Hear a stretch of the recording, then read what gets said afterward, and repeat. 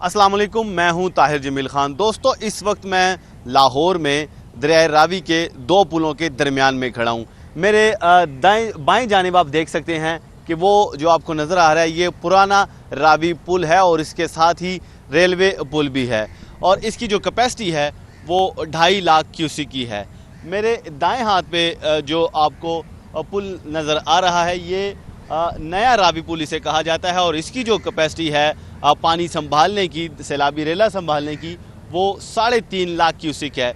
इसी तरह इससे आगे अब सगियां पुल बना है, मोटरवे पुल बना है, वहाँ की जो कैपेसिटी है सैलाबी रेला संभालने की वो 4.5 लाख क्यूसेक की है।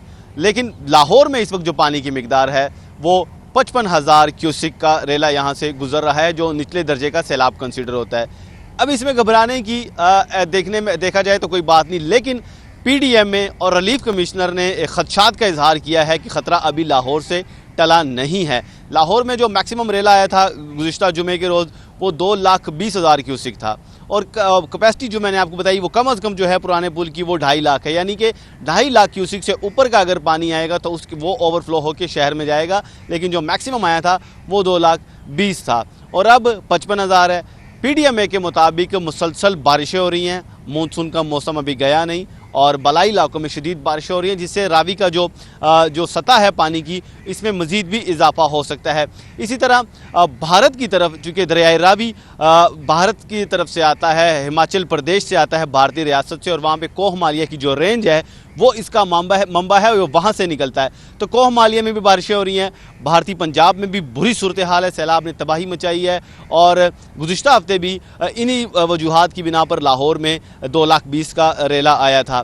चूँकि उसमें बड़े फैक्टर्स थे, जिनमें सबसे बड़ा फैक्टर तो ज़ाहिर है पानी, क्लाइमेट चेंज है। बहुत ज़्यादा ग्लेशियर्स पिघले, बारिशें बहुत ज़्यादा हुई। उसके साथ साथ जो भारत का माधोपुर हेडवर्क्स है उसके 2 गेट टूट के पानी वो गेट्स को तोड़ता हुआ पाकिस्तान की तरफ आया। इसके साथ साथ जो थीन डैम है यानी रंजीत सागर डैम, जो भारतीय पंजाब में दरिया रावी के मुकाम पर बनाया गया है, उसका जो कैपेसिटी थी वो भी ख़त्म हो गई थी, वो भी पूरा भर चुका था, फिर भारत को वो पानी भी छोड़ना पड़ा।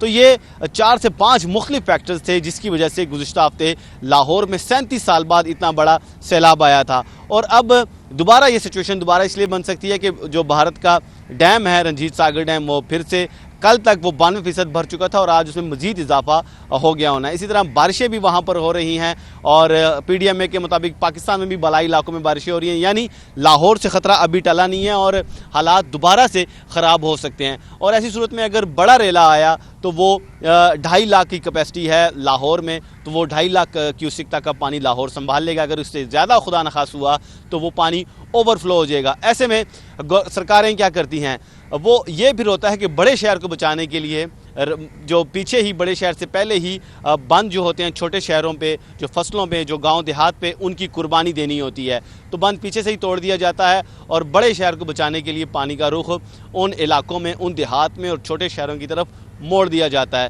तो हम उम्मीद करते हैं कि ऐसी कोई नौबत ना आए। लाहौर समेत पाकिस्तान के जितने भी शहर हैं और हमारे जितने भी हमारी अवाम है, हमारी कौम है, सैलाब की तबाहकारियों से महफूज रहे। और पीडीएमए के जो खदशात हैं कि 5 सितंबर तक का वक्त बड़ा क्रूशल है लाहौर के लिए, यानी आइंदा 48 घंटे का वक्त बड़ा ख़तरनाक साबित हो सकता है। तो हम उम्मीद करते हैं कि ये खदशात ही साबित हों और इसमें ये हकीकत का रूप ना धारें और लाहौर को और पाकिस्तान को अल्लाह पाक अपने हिफ्ज़ व ईमान में रखे। इसके साथ ही इजाज़त दीजिए, जल्द हाजिर होंगे एक नई अपडेट के साथ। अल्लाह निगहबान।